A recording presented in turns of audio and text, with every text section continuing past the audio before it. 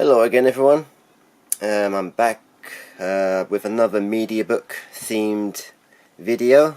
Today's focus of attention will be on the German label NSM Records, so I'll be taking you a look through my releases from this particular company, and at a quick glance it would appear that I have more Mediabooks on the NSM label than from any other company. So we'll crack right on with this one, starting with The Killer, which is also known as Battleground in the UK, I believe.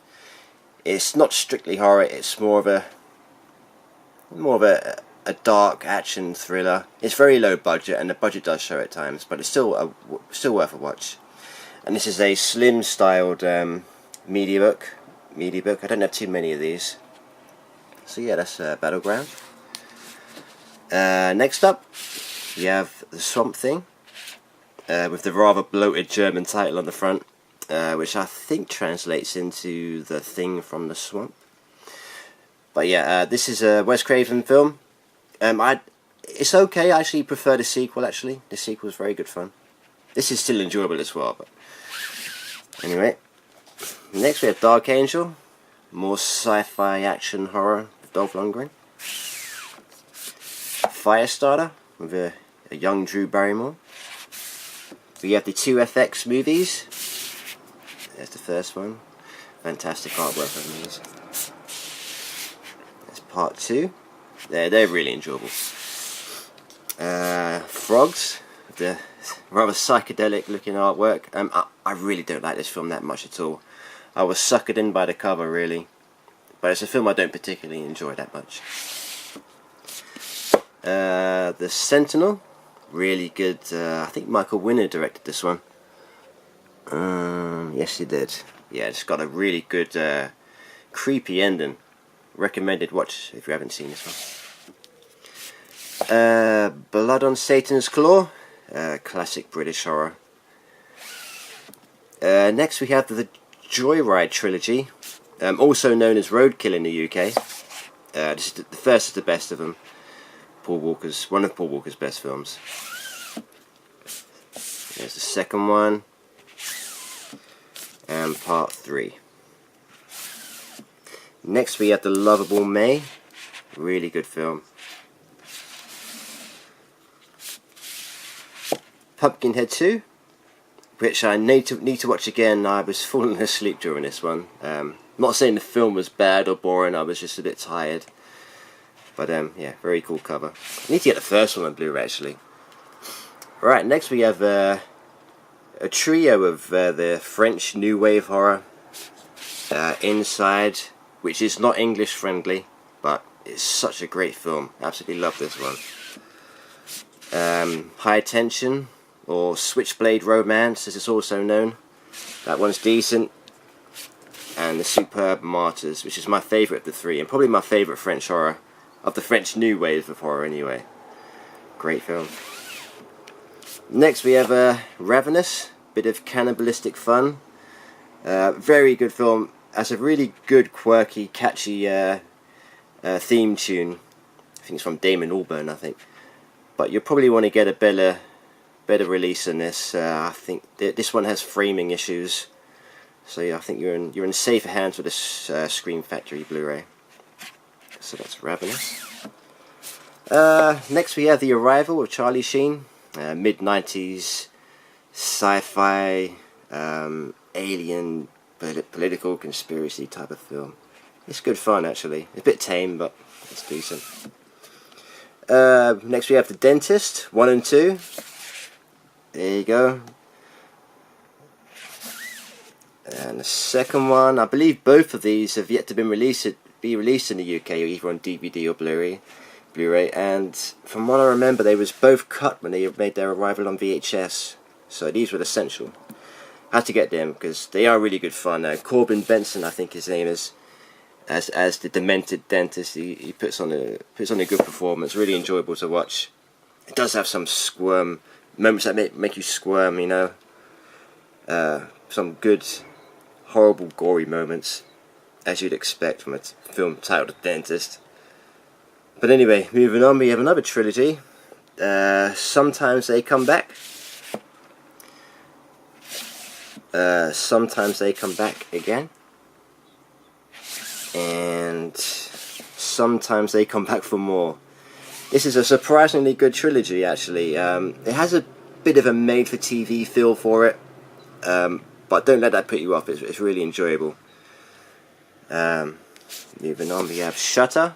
This is the remake of the Thai supernatural spooky film. I prefer the Thai original, obviously. It's alright, but I knew the twist ending before I even saw the film, and this one is very similar, almost scene for scene of the original. Next we have Warlock. Good bit of nostalgia here. And a sequel, Warlock Armageddon, which I thought was a bit better, a bit more epic in its scope. This is really good, Warlock the Armageddon. There's also a third one which was not very good at all. Okay, up next we have The Wraith with Charlie Sheen from 1988. This is one I remember as a kid. My dad used to get this for me from the old video rental stores, just to keep me quiet. But yeah, it's alright, not too bad. Wishmaster, great fun.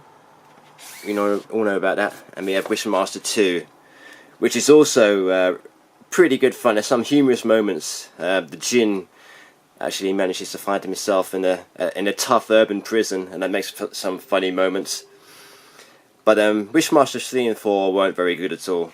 I'll still have to get them on Blu-ray for the just to maintain the collection, if they do ever surface in the UK.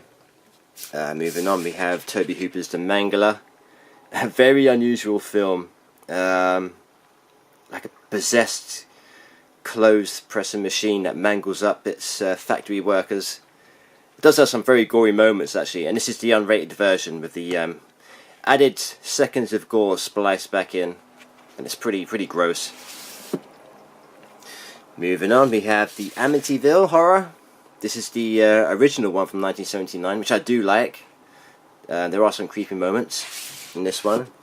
But for me, Part 2, Amityville Part 2, this is the better of the Amityville films.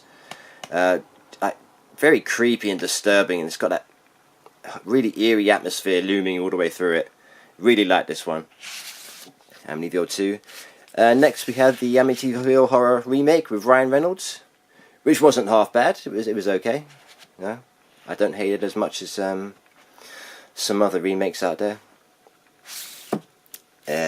Next we have Monkeyshines, George Romero's Monkeyshines. This was good, very enjoyable. I like this one. Candyman 3, which was it was a bit bland, actually. Candyman 3, it was pretty much a rehash of Part 2. Yeah, rather unnecessary. But next one we have Audrey Rose, which I need to watch again. This was more drama heavy than I was expecting it to be. I don't want to ruin the story, but I need to give this one another watch. But from what I remember, it was a decent film. Anthony Hopkins in this one. Next we have Alien Nation. This is a very good film too. Moving down here we have Le Petit Mort. Bit of low budget German torture and gore. It's very low budget, and it's actually a sequel to this, which is a lot better and more fun. Slaughter of the Innocents, serial killer thriller. Not too bad. I hadn't heard of this film until this release, and I'm glad I took a risk with it because it is a decent film.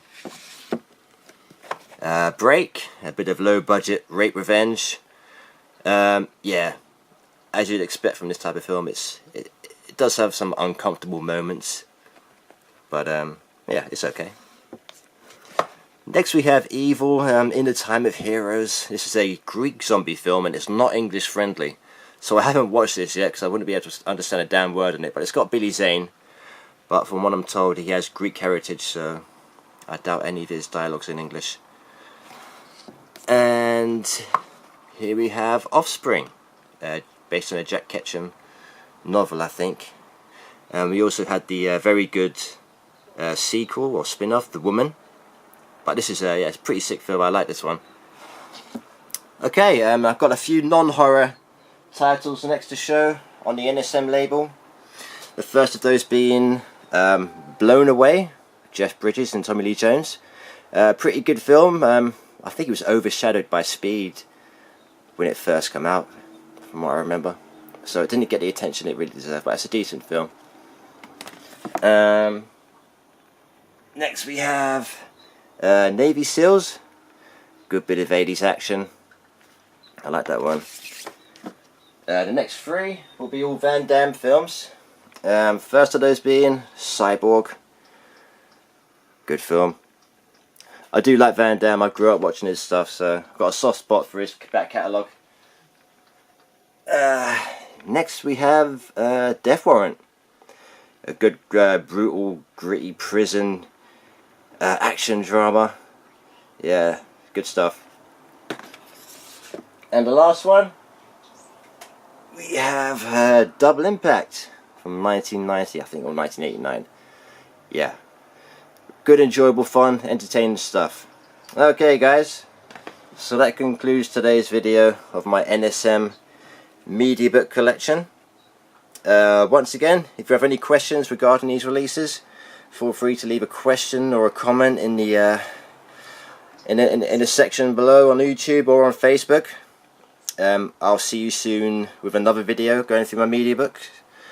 So take care guys, have a nice week, bye.